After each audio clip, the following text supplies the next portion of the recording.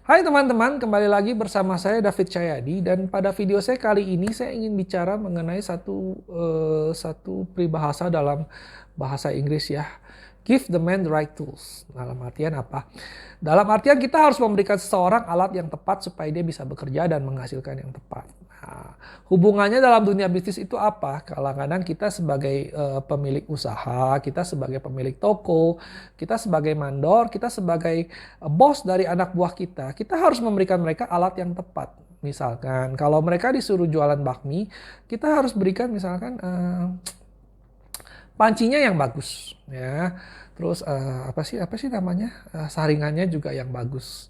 Kenapa? Mungkin bukan terkesan karena kita royal, mungkin bukan karena kita sok mewah, mungkin karena gimana. Tapi bayangkan ya, bayangkan satu hal ya. Kalau misalkan pegawai Anda itu satu hari harus bikin laporan sebanyak 70 lembar. Tapi kalau misalkan dikasih monitornya yang kecil, jadi kalau dia mau bikin Excel dia harus geser kiri, geser kanan. Bayangkan pekerjaan yang harusnya beres 1 jam jadi 2 jam karena alat-alatnya tidak memadai. Itu yang rugi siapa? Yang rugi pasti kita sendiri dong. Ya kan, secara nggak langsung aja. Misalkan tukang nasi campur, dia harus potong ayam, potong telur, potong tahu segala macem. Dia potong-potong tapi pisaunya tumpul. Nah, potongan dia jadi nggak rapi. Harusnya tadi motong ayam sekali babat bisa putus, ini harus 2 kali, 3 kali. Akhirnya tulangnya pecah kemana-mana. Dan pas dimakan itu ada serpihan tulang. Karena kenapa? Pisaunya nggak tajam. Yang rugi siapa? Yang rugi tentu Anda sendiri. Dan jangan sepelekan hal-hal seperti ini gitu loh. Kenapa? Karena yang kecil-kecil tadi kalau misalkan dikumpulin jadi satu, itu pasti akan merugikan Anda dalam jumlah yang cukup besar. Saya kemarin baru servis AC ya, dia bilang, Pak, Bapak punya obeng nggak? Kenapa? Obeng saya tumpul, Pak. Ya nggak apa-apa, kebetulan saya punya obeng, ya dia pakailah obeng itu. Tapi Anda bayangkan kalau misalkan saya nggak paksa obeng, dia terpaksa harus puter terus dengan kondisi tumpul. Jadi dia harus pakai tang, dia puter begini, kan akhirnya rusak. Rusak atau nggak dol AC saya. Kalau dol AC saya, nanti saya nyalain AC, nanti kan akan bocor dan segala macamnya, reputasi mereka jelek. Dan kalau ini dia ketiga rumah aja seperti ini ya, 3 orang kehilangan 3 orang langganan. Nah, jadi jangan pernah sepelekan urusan dari perkakas. Jadi kalau Anda mau bisnis Anda sukses ya harus berikan mereka perkakas yang baik gitu loh. Ya kan? Nah, jadi perkakas dalam setiap bisnis itu kan macam-macam ya. Ada yang bisnis transportasi, perkakasnya adalah mobil. Yang bisnis pijit kaki, perkakasnya mungkin cuma lotion, cuma minyak pijit atau kursi atau gimana.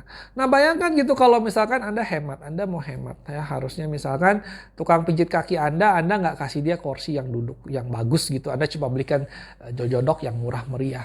Nah, kalau posisi mereka pada saat mijit aja ya kurang begitu nyaman, setiap mijit 2 kali sakit pinggang, ya kan? Jadi mereka kerjanya nggak lama, turnover mereka tinggi. Anda pernah itu nggak sih kira-kira berapa banyak kerugian yang ditimbulkan karena Anda mau hemat, nggak mau beliin kursi yang layak, ya kan?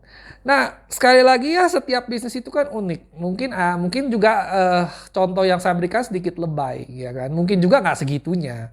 Tapi Anda ngerti kan kadang-kadang inefisiensi sedikit itu kalau misalkan berlangsung terus itu akan bergulung-gulung menjadi satu snowball effect yang akan merugikan perusahaan Anda. Misalkan tadi ya saya bilang potong ayam aja ya. Kalau potong ayam itu pisaunya tumpul Anda nggak mau ganti. Kenapa? Karena Anda pelit. Anda nggak mau belikan pegawai Anda golok yang baru kan nanti kan akan merugikan. Lama-lama 1-2 kali nggak apa-apa. Tapi kalau tiap kali lama-lama potongnya jadi nggak bener gitu. Dan buat orang yang suka masak Anda ngerti kan. Kalau motong ayam itu kan nggak boleh sampai kayak gitu. Akhirnya tulangnya pecah kemana-mana. Akhirnya jadi nggak seru makannya kan. Betul kan? Nah begitu juga dengan rebusan air. Kadang-kadang kalau ada pancinya udah rusak, panasnya nggak stabil, kita godok di sana, makanan kita akhirnya rasanya jadi kalang kabut gitu kan, jadi nggak enak lagi. Itu secara nggak langsung itu mungkin sekali nggak berasa ya, tapi kalau tiap hari begitu lama-lama kualitas Anda akan menurun juga dengan sendirinya gitu, secara kolektif akan menurun. Nah, apalagi kalau misalkan garment, saya kan industri garment ya kan. Kalau saya suruh cutting, cutting kain misalnya. Cutting kain tuh kain di layer gitu terus di cutting secara massal. Kalau misalkan pisaunya tumpul, nanti pasti cutting rusak. Kalaupun nggak rusak, akhirnya menyong-menyong, apa sih, miring-miring lah ya kalau bahasanya ya. Nanti pas dijahit, pas tukang jahitnya jahit, karena potongannya tidak pas, mereka harus buang waktu untuk nyetel, untuk apa, jadi nggak rapi. Kan yang rugi siapa? Rugi saya sendiri. Dan rugi saya sendiri itu kenapa? Karena saya mau hemat satu pisau cutting, saya akhirnya ke depannya rugi. Dan ini bahaya dari ini apa? Ini tuh nggak ada warningnya, nggak ada alarmnya, Anda juga nggak pernah tahu. Tahu-tahu Anda kerugiannya besar dan tidak terasa gitu loh. Tidak pernah, jadi kalau misalnya gini ya, kalau saya rugi karena salah bikin, itu saya tahu loh sebabnya. Oh, saya salah bikin. Diklaim sekian persen, saya ngerti kenapa. Tapi kalau misalkan tumpul, tadinya pisaunya tumpul, saya nggak ngerti. Mungkin setelah 3 bulan kemudian saya baru analisa kembali. Kenapa sih ini kok salah melulu?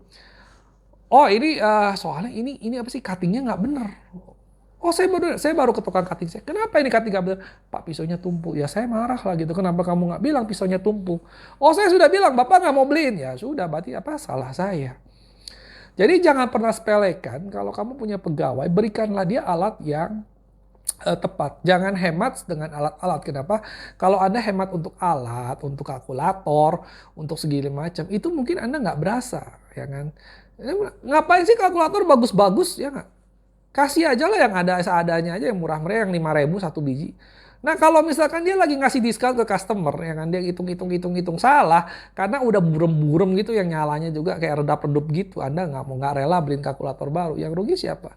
Anda boleh saja ngomel-ngomel, kenapa kamu salah kasih harga segala macam, tapi kalau kerugian sudah terjadi, yang rugi kan ya kita juga gitu kan. Nah banyak juga begitu hal-hal dalam misalnya gimana ya, kalau misalkan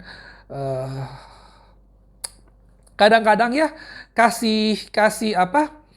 Kasih alat yang benar itu bukan dalam alat secara harfiah juga. Kalau misalkan Anda punya mandor, atau saya kasih contoh gini lah ya. Kalau KPK disuruh nangkep koruptor, ya kan? Selain harus dikasih alat, harus dikasih staff, juga harus dikasih wewenang. Nah biasanya pengusaha itu paling suka ketinggalan itu wewenang. Dalam artian apa? Kalau kamu suruh orang jadi satpam, kamu harus kuasain dia, kamu harus kasih dia pedang. Pedang dalam artian bukan secara harfiah golok beneran ya, tapi kamu harus kasih dia pedang. Kalau misalkan dia boleh menindak, dia boleh apa sih? Misalnya apa sih? Kamu suruh manajer kamu ngawasin pegawai kamu. Kamu harus percaya sama dia, kamu harus kasih dia kuasa. Kalau dia nggak suka, dia harus bisa menindak bawahan dia. Jadi orang takut sama dia. Nah itulah apa maksudnya, dikasih alat, dikasih kuasa, jadi dia bisa menjalankan tugasnya dengan baik. Karena kalau kamu suruh mandor ngawasin, tapi mandor itu nggak dikasih kuasa untuk memberikan hukuman, ya percuma. Siapa yang takut sama dia kalau dia cuma ngeliatin doang, kagak bisa ngapa-ngapain? Betul nggak? Siapa yang takut sama KPK kalau KPK cuma bilang laporin doang, tapi nggak boleh menindak, nggak boleh menangkap, nggak boleh tangkap tangan atau gimana, ya siapa yang takut gitu kan? Nah begitu juga dengan bisnis. Jadi kalau misalkan kamu mau manajer kamu berguna, keuangan kamu berguna, kamu juga harus berikan mereka bukan cuma alat doang, alat, wewenang, waktu, dan kebijakan-kebijakan kalian juga harus mendukung. Karena kalau kamu nggak dukung dia, yang rugi ya kita sendiri gitu kan. Nah seperti mandor saya misalnya, saya bilang, kamu berhak untuk mengeluarkan pegawai. Tentu saja saya juga harus adil ya, kalau misalkan dia mulai mensalahgunakan, misalkan nggak mau sogok dia dipecat ya. Tadi kan juga saya juga harus terus awasin kembali gitu kan. Tapi kalau dalam batas kewajaran, jadi kenapa? Jadi semua orang itu penjahit-penjahit takut sama mandornya.